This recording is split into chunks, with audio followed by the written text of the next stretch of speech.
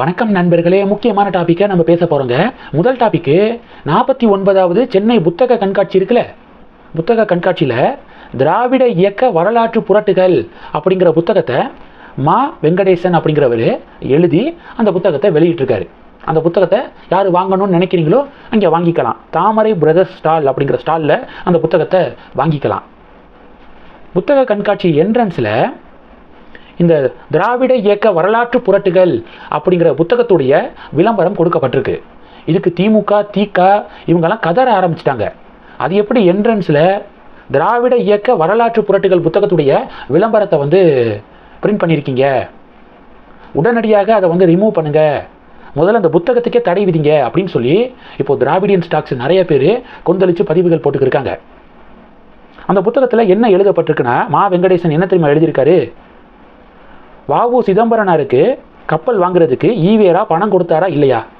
Dravidian stocks பணம் கொடுத்தாரு ஈவேரா வாவுசிக்கு அப்படின்னு இப்போ வரைக்கும் திணிச்சுக்கிருக்காங்க. அதில் உண்மையிலே என்ன நடந்துச்சு அப்படிங்கிறத புத்தகத்தில் எழுதியிருக்கேன். எழுத்து சீர்திருத்தத்தை கொண்டு வந்தது ஈவேரா தான் அப்படின்னு திமுக திராவிடியன் ஸ்டாக்ஸு திணிக்கிறாங்க. உண்மையிலேயே முதன்முறையாக எழுத்து சீர்திருத்தத்தை கொண்டு வந்தது யாரு அப்படின்னு புத்தகத்தில் எழுதியிருக்கேன். காமராஜர் ஆர்எஸ்எஸை கடுமையாக விமர்சனம் செய்தார் அப்படின்னு இப்போ வரைக்கும் டி ஸ்டாக்ஸ் உருட்டிக்கு இருக்காங்க. உண்மையிலேயே காமராஜர் ஆர்எஸ்எஸை விமர்சனம் செய்தாரா? கடந்த காலங்களில் ஆர்எஸ்எஸ் மேலே எவ்வளவு மரியாதை காமராஜர் வச்சுருந்தாரு, இதெல்லாம் நான் எழுதின புத்தகத்தில் இருக்குது. என் புத்தகம் வெளிவந்துச்சுன்னா என் புத்தகத்தை வாங்கி படித்தாங்கன்னா உண்மையிலேயே இவ்வளவு காலமாக திராவிடியன் ஸ்டாக்ஸு திணிச்சதெல்லாம் பொய் அப்படிங்கிறது தெரிஞ்சு போயிடும். ஈவேராவுக்கு யுனெஸ்கோ அவார்டு கொடுத்தாங்களா இல்லையா, உண்மை என்ன, இதெல்லாம் எழுதப்பட்டிருக்கு. இதை வாங்கி படித்தா இவ்வளவு காலமாக கட்டி காப்பாற்றின கட்டமைத்த ஒரு பிம்பம் உடையும். அதை எப்படியாவது தடுக்கணும் அப்படின்னு திராவிடியன் ஸ்டாக்ஸ் பார்க்குறாங்க. இந்த புத்தகத்தை தடை விதிக்கணும் அப்படின்னு திக தந்தை பெரியார் திராவிடர் கழகத்தை சேர்ந்தவர்கள்லாம் இப்போ குரல் கொடுக்க ஆரம்பிச்சிருக்காங்க அப்படின்னு மா வெங்கடேசன் பதிவு போட்டிருக்காரு. இப்போ மா வெங்கடேசனுக்கு ஆதரவாக பாஜகவினர், இந்து அமைப்புகள்லாம் குரல் கொடுக்குறாங்க. வலதுசாரி சிந்தனையாளர்கள் குரல் எழுப்புறாங்க.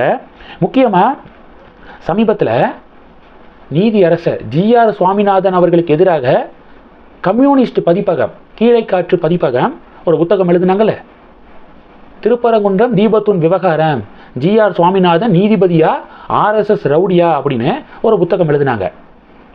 அந்த புத்தகம் எழுதினதுக்கு நீதிமன்றம் அதை தடை விதிச்சாங்க, அதை பேன் பண்ணாங்க. உடனே பார்த்தீங்கன்னா இண்டி கூட்டணி இருக்காங்கல்ல, கருத்து சுதந்திரம் இல்லையா, பேச்சுரிமை இல்லையா, எழுத்துரிமை இல்லையா அப்படின்னு சொல்லிட்டு கொந்தளிச்ச திராவிடியன் ஸ்டாக்ஸு இன்னைக்கு திராவிட இயக்க வரலாற்று புரட்டுகள் அப்படிங்கிற புத்தகத்தை தடை விதிங்க, பேன் பண்ணுங்க அப்படின்னு சொல்லி பொங்கிக்கு இருக்காங்க.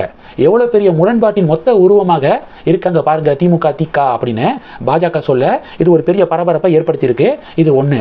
ரெண்டாவது டாபிக் என்ன பார்க்க போறோம்னா, திருப்பூரில் செல்வமுத்துக்குமரன் கோவில் இடிக்கப்பட்டுச்சுல, இது தொடர்பாக கவர்மெண்ட் என்ன விளக்கம் கொடுத்துருக்காங்க? அரசு நில 2.8 ஏக்கர் அரசு நிலத்தை ஆக்கிரமித்து கட்டப்பட்டிருக்கு, அதனால நீதிமன்றத்துடைய ஆணைப்படி தான் இந்த கோவில் இடிக்கப்பட்டுச்சு அப்படின்னு அரசு தரப்பு விளக்கம் கொடுத்துருக்காங்க. ஸோ இந்த விளக்கத்துக்கு அண்ணாமலை சில நாட்களுக்கு முன்னாடி பேசின வீடியோவை பாஜக பதிலடியாக கொடுக்குறாங்க. திமுக ஆட்சிக்கு வந்ததுக்கப்புறம் எத்தனை கோவில்கள் இடிக்கப்பட்டுச்சு அப்படின்னு அண்ணாமலை சமீபத்தில் ஒரு லிஸ்ட்டை வெளியிட்டார். அதில் கோவில்கள்லாம் நீதிமன்றம் சொன்னிச்சு நாங்கள் இடித்தோம், நீதிமன்றம் உத்தரவு பிறப்பிச்சிச்சு நாங்கள் இடித்தோம், நீதிமன்றம் ஆணையிட்டு 24 மணி நேரத்துக்குள்ளே அதை நிறைவேற்றுறதுக்கு திமுக கவர்மெண்ட் மும்முரமாக வந்தாங்க அப்படின்னு அண்ணாமலை சொல்லியிருந்தாரு. இப்பயும் திருப்பரங்குன்றம் மலை உச்சியில் இருக்கக்கூடிய தீபத்தூணில் தீபம் ஏற்றுங்க அப்படின்னு அதே நீதிமன்றம் தானே ஆணை பிறப்பிக்கிறாங்க, அதை மட்டும் நிறைவேற்றுறதுக்கு எதுக்காக மறுக்கிறீங்க அப்படின்னு அண்ணாமலை கேள்வி எழுப்பியிருந்தாரு. அந்த வீடியோவை இப்போ பாஜக ஷேர் பண்ணி பதிலடி கொடுக்குறாங்க. இது 2.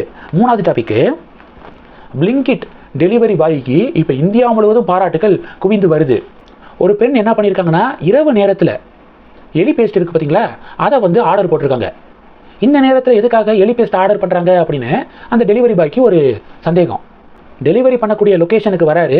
அந்த பெண்ணை பார்க்கும்போது அந்த பெண்ணை அழுத மாதிரி இருந்திருக்காங்க. இவருக்கு டவுட்டு கிளியர் ஆயிடுது, ஏதோ தவறான முடிவு எடுக்க தான் இவங்க அந்த எலி பேஸ்ட்டை ஆர்டர் பண்ணியிருக்காங்க அப்படிங்கிறத தெரிஞ்சு ஸ்பாட்டில் அவர் ஒரு பொய் சொல்கிறார்.